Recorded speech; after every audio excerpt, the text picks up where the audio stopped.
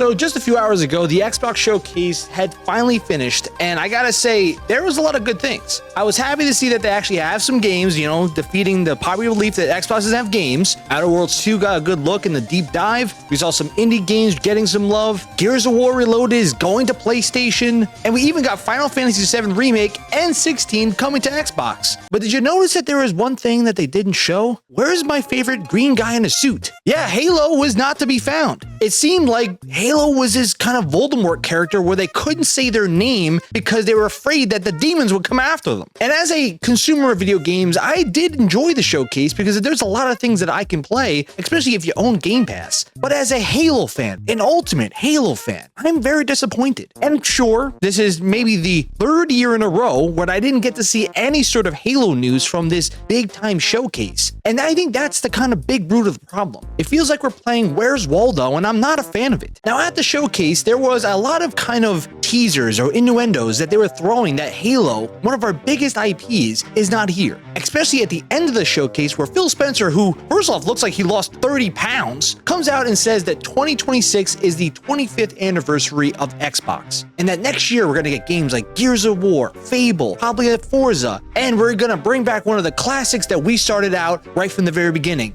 I'm excited to share that players will get to celebrate 25 years of Xbox with a new Fable, the next Forza, Gears of War E-Day, and the return of a classic that's been with us since the beginning. Who the hell are you? You know. You all know exactly who I am. Now, say my name. Not saying their name, like saying it would give them too much power or something, but gives that little nugget, that little tease of information, and then says, oh yeah, we got one more thing for you. And what is it? Is it a Halo game? It's Call of Duty Black Ops 7. What? How can you do this? This is outrageous.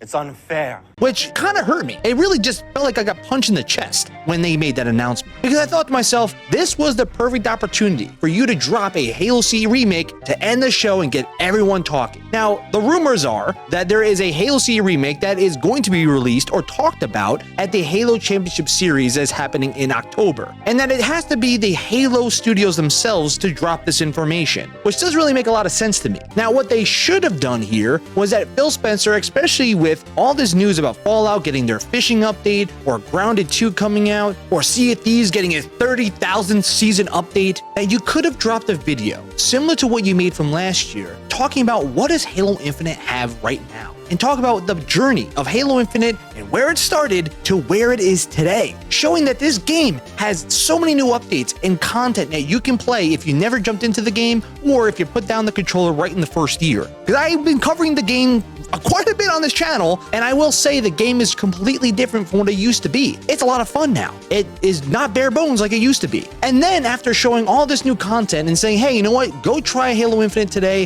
the updates are great, it's a lot of fun, but we got one more thing for you, and drop a teaser and say Halo CE Remake in the Unreal Engine 5 is coming out next year. And then say, if you want more information about the update, you gotta watch the Halo Championship Series in October. That way, you're talking to an entire large audience of people that are watching this for games and say, oh, I know Halo. Halo's a great franchise. If you never played it before, maybe I should try this one. It's a remake of the original. If you're a fan of Halo, you say, yes, finally some love from Microsoft. We've been waiting for an update for 3 years and they haven't done anything at the showcase. And for just fans of gaming, you then can say, oh, Halo, I remember that game had a lot of popularity when it first dropped a few years ago. It had a lot of struggles, but it looks like it's doing something. That's the point. You're a publisher. Your job is to encourage people to buy into your franchises. But if you have one of your most popular franchises in history, in Halo, not getting any sort of love, it then tells all the haters of Halo or even the Halo content creators